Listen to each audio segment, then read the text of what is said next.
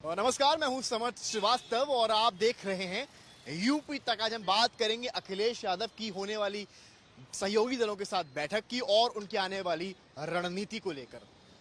UP का चुनाव तो खत्म हो चुका है, पर अब रणनीति हर दल बना रहा है कि अगले 5 साल में किस तरह से जो रूलिंग पार्टी है यानी कि बीजेपी है उसको कैसे आड़े हाथों लिया जाए। हालांकि इस बार विपक्ष कमजोर बिल्कुल भी नहीं है। 111 केवल सपा के ही विधायक हैं। अलायंस पार्टनर्स को जोड़ते हैं तो ज्यादा हो जाते हैं।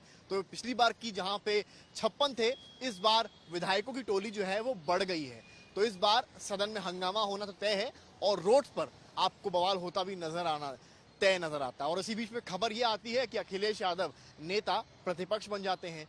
फिलहाल अटकलें थी कि वो आजमगढ़ छोड़ेंगे या नहीं छोड़ेंगे, वो आजमगढ़ लोकसभा से रहेंगे या विधानसभा में रहेंगे। तो फिलहाल अखिलेश ने एक निर्णय आखिरकार ले लिया, क्योंकि अखिलेश इस चुनाव को हारने के बाद ये समझ चुके हैं कि उनका ग्राउंड पर रहना शायद बहुत जरूरी है। अखिलेश को यह मालूम है कि जब वो 6 महीने में आकर इतने सीट्स ला सकते हैं और कहीं ना कहीं बीजेपी के ऊपर दबाव बना सकते हैं, तो अगर खुद अखिलेश 5 साल इन्हीं लखनऊ की सड़कों पर उतरते हैं और लगातार कार्यकर्ताओं के बीच में करहल हो, आजमगढ़ हो, मैनपुरी हो, वो रहते हैं और जाते हैं और उनसे मिलते हैं, तो समाजवादी पार्टी के कार्यकर्ताओं का जोश कितना बढ़ेगा और लोगों के बीच उनकी जो आउटरीच है वो कितनी बढ़ेगी। और यही रीजन है कि वो खुद को नेता प्रतिपक्ष के रूप में आगे लाए हैं।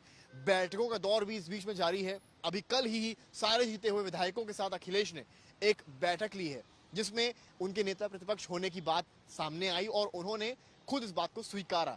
अब एक और बड़ी बैठक होने वाली है। ये बैठक समाजवादी पार्टी के सहयोगी दलों के साथ होने वाली है, जिसमें जितने विधायक है सहयोगी दलों के और जो उनके राष्ट्रीय अध्यक्ष हैं वो सब रहेंगे। जो टॉप चेहरे रहेंगे उसमें ओम प्रकाश राजभर रहेंगे, उसमें संजय चौहान रहेंगे, उसमें कृष्णा पटेल आप देख पाएंगे और सबसे अहम और चर्चा के विषय बने हुए प्रसपा के अध्यक्ष शिवपाल सिंह यादव भी आपको इस बैठक में नजर आ सकते हैं। हालांकि समाजवादी पार्टी की तरफ से तो इनविटेशन जाएगा, उनके आने का अब शिवपाल आते हैं या नहीं आते हैं ये एक चर्चा का विषय जरूर है।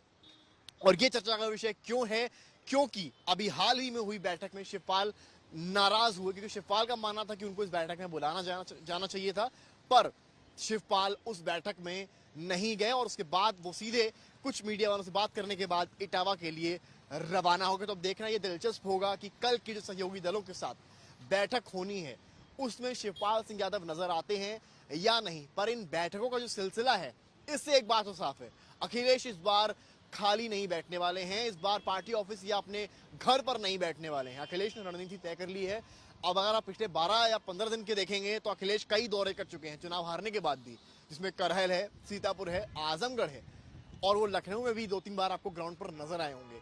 तो अखिलेश ने अपनी रणनीति बदली है और उनका कहना है कि मैं अगर सदन में रहूंगा तो जो आवाज है समाजवादी पार्टी की उसको सरकार के खिलाफ उठाऊंगा। जो पब्लिक रिलेटेड मामले हैं, जो आम आदमी से जागरूक होने वाली चीजें हैं, उनको वो सामने उठाएंगे। और इस बार ये चीज दिलचस्प होगी जब योगी आदित्यनाथ और अखिलेश यादव एक ही ग्राउंड पर आमने सामने नजर आएंगे। और उसने कहीं ना कहीं यूपी चुनाव खत्म होने के बाद भी इस लखनऊ की सरजमी को और ज्यादा ही दिलचस्प बना दिया है। और रही बात इन बैठकों के जरिए एक तरह से समीक्षा की जा रही है हार की, और जिन सीट्स पर अच्छा परफॉर्म किया है उनको कैसे बनाए रखना है। इसके अलावा इन बैठकों का मतलब एक ये भी है, जो विधान परिषद का चुनाव हो रहा है उसको देखते हुए भी ये जो सहयोगी दलों के साथ बैठक होनी है उसमें रणनीति बनाई जाएगी। हालांकि नामों की घोषणा समाजवादी पार्टी की तरफ से भी और बीजेपी की तरफ से भी कर दी गई है, पर ये जो बैठकें हैं ये कहीं ना कहीं दिखा रही हैं कि अखिलेश यादव इस बार 24/7 एक्टिव मोड पर रहने वाले हैं, क्योंकि अब उनके लिए एक डू और डाई की सिचुएशन है। 255 सीट एक बड़ा मत है। अब देखना है इस 5 साल में अखिलेश और समाजवादी पार्टी कुछ कमाल दिखा पाती है या लोकसभा चुनाव और आने वाले विधानसभा चुनाव में बीजेपी का वर्चस्व जारी रहता है। कैमरामैन नीरज कुमार के साथ समर्थ श्रीवास्तव, लखनऊ, यूपी तक।